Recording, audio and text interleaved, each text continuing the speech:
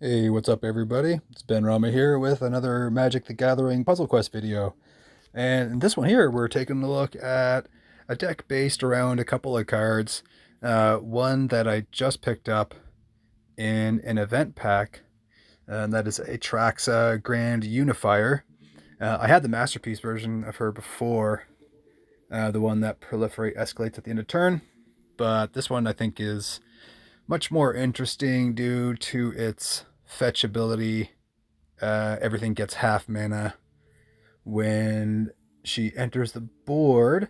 So a lot of this is based around the idea that you can kind of exploit inter battlefield effects with a couple of different cards here. So first one is Against All Odds, which is an awesome card. It allows you to basically flicker or um, momentarily exile your creature and then put it immediately back into play with all of its reinforcements. Um, so that's awesome with like if you don't have cards and want them and you can play an Against All Odds on a Blade Coil Serpent that had a blue match that turn, well, you'll get more cards. And then if you end up, for example, being able to play another Against All Odds at that point, but all your cards don't have full mana, you can flicker Atraxa, and the bottom three cards, even if your hand is full, they'll still get half their mana. So if they already have half their mana, or more than half, you'll be able to successfully play those cards. So you can learn to maximize uh, your output of the loop by choosing whether you want Blade Coil or Atraxa to be flickered with Against All Odds. And the other card that works really well with that is Blade of Shared Souls. So it's a little bit more straightforward. You're basically creating a copy of that creature and putting it into play with Blade of Shared Souls. So 12 costs to do that can really help a loop go. And Invoke Justice also works well. So if you blow something up with Cut Your Losses, like a one stack Blade Coil or a one stack Jetmir, then it may be worth it to bring back with Invoke Justice. That can also help uh, bring something back that you dumped into your graveyard with Dakon's first ability. So if you surveil like an Atraxa into your graveyard and you play an Invoke Justice, you can always get the enter battlefield effect from Atraxa when she hits the board. I ran a version, an early version of this with a couple of different cards swapped out, but I found that I was missing out on a lot of potential damage output when I did flicker a creature with Against All Odds because it came into play again, so it had Summoning Sickness. So, if I had a decently stacked Atraxa or Blade Coil, while it was cool to be able to get more cards into play, losing the ability to attack with that big stack of creature damage that turn was uh, kind of a letdown. So I immediately thought, hey, I have that Tyvar um, support that I pulled from the new one Vanguards, and it gives all in key here. I definitely missed this the first time. I glanced over the card and just says it gives all your creatures haste. Well, it's more than that. It doesn't matter if you cast them from your hand. If you flicker them or have them come back from the graveyard into play with like Invoke Justice, um, it will give that creature haste, and you will be able to attack with it that turn. So um, you get the full benefit of exploiting the ETB effects, and as well, you don't lose out on being able to deliver a big, massive swing of damage, and especially paired with Jetmir, who, depending on how many um, creature and creature reinforcements you have in play, can really ramp up the damage. If you get to 8 or more, then you're looking at a really big buff for everybody. But the double strike is what seals the deal for me. That giving a big stack of creatures double strike um, that can be easily a 1 turn win when the loop does resolve. So yeah, that's basically the deck. I'm not gonna go on about it anymore. We'll just get right into the action here, and you can see what it's all about.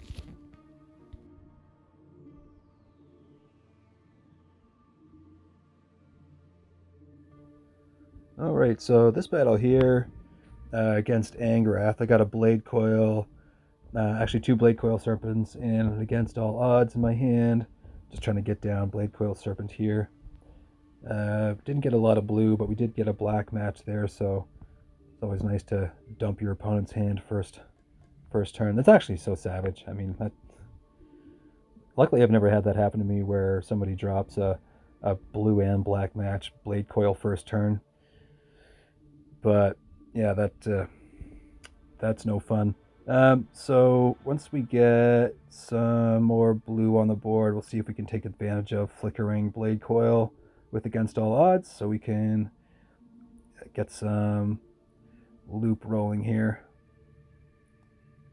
Grizzlebrand, he's always fun. So Tyvar, yes, he has the really good evergreen ability of just basically whenever a creature comes into play, doesn't matter from where. So if it's flickered from Against All Odds, or played from the graveyard, or played from your hand, they are getting haste. So I think we should get that down first and establish a good little bit of hasty offensive once it... Oh, yeah. Oh, Grizzlebrand's reinforced. That's lovely.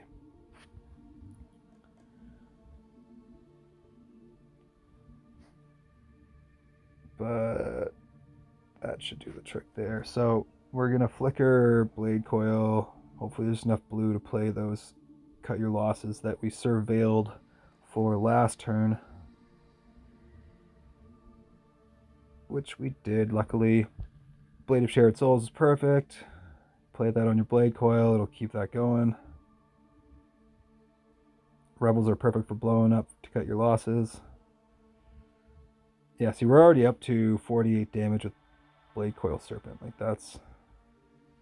Yeah, we're not going to do that. We're going to keep him attacked. Endless Detour the Grizzlebrands. Another thing I like about Endless Detour is because there's always a valid target. It'll never clog up your hand. You can even target yourself if you want and get your card back, which is actually what I'm doing right here. So I can recast stuff that I've previously cast. We're not going to blow him up because he will give all of our stuff. I think we're close to the double strike. I think you need 8. So 1, 2, 3, 4. Yeah, so we're at the double strike threshold right now, so that's nice. Just 1 short of Cut Your Losses. Loop timer was just about to go off anyway, but yeah, that's enough for double strike, so that is definitely lethal right there. That was quick. Yeah, I'll see if the next one is going to be a little bit longer. Literally going right into the next training grounds battle after this one. So yeah, that was pretty effective. Yeah, let's get another one in here and see if we can get a little bit of a different setup, maybe some different card interactions. But yeah, I mean, this deck's pretty effective once you get everything rolling. Alright, so right off the bat, we're going to try to get Cut Your Losses into Meaning of the 5. All the blue from the Cut Your Losses will help when we play Meaning of the 5, because that will fetch a Blade Coil, which will hopefully kick the loop into gear. But we'll see if we can get that going here. I actually really hate it when a Cut Your Losses just leaves a ton of blue on the board and gets no cascades for your opponent. I see that as a mild backfire. But so I think that swap would be enough for... There we go.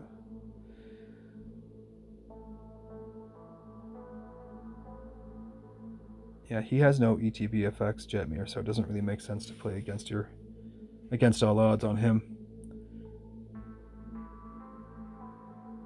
Blade of Shared Soul is such a good card if you don't have it already.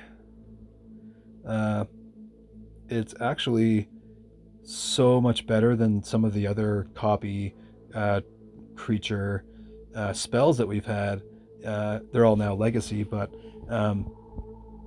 they were all target creature you own, and this one is you can actually snag a big baddie from your opponent if you feel the need. I mostly use it to perpetuate loops on my side, but I have used the card to kind of in a defensive move steal a really big creature that my opponent dropped before I get anything of my own on the board. So yeah, so basically we played Invoke Justice, and we were able to bring Atraxa out with haste, and we played it against all odds. And then, yeah, so you can see how this is working. Although that loop there did resolve. See, we were 1 mana short of playing another Atraxa. So if Jetmir was replaced by Sten, then that loop probably would have kept going for a little bit, and the added creature damage just by having it loop more would probably make up for the fact that you don't get double strike. But yeah, if I'm gonna keep trying to craft Sten so I can put him in this deck, and yeah, see if we can just keep the loops going longer. Because yeah, basically it's happened a number of times where, because Atraxa will trigger twice, and there'll be another Atraxa in my hand that could potentially keep the loop going, it rounds down, so you get 12 mana with one, another 12 mana with another, so you're 24 out of 25 mana for casting an Atraxa. So I'm sure that was a deliberate design choice. They wanted to have her 1 mana short. Yeah, like there's a... Oh, here we go. Yeah, that's really starting to pop now. But in any case, yeah, it's just another way to keep the loop going if it were, if we were able to reduce Atraxa's cost with a card like Sten. But in any case, Jetmir is going to give everybody double strike, so that more than makes up for that, I think. But yeah, that's basically that. That's basically that deck. So yeah, that's the picture of the deck again, if you wanted to see it. And yeah, I hope you took some inspiration from this of some kind, as I'm sure you have some cool cards with ETBFX in your collection that you can use. Cards like Blade of Shared Souls, Against All Odds, and even Invoke Justice to take advantage of creatures with potentially higher casting costs like Atraxa and Blade Coil with really powerful ETBFX. So yeah, and of course Tyvar allows everyone to keep their attacking ability even if they've been flashed or flickered rather with Against All Odds, so that's always really cool. But yeah, I hope you enjoyed the video, and if you have any suggestions as to what else we could put in this kind of build to maximize our loop potential, I would love to hear your thoughts in the comments. And thanks again for tuning in, and we'll catch you in the next video. Peace.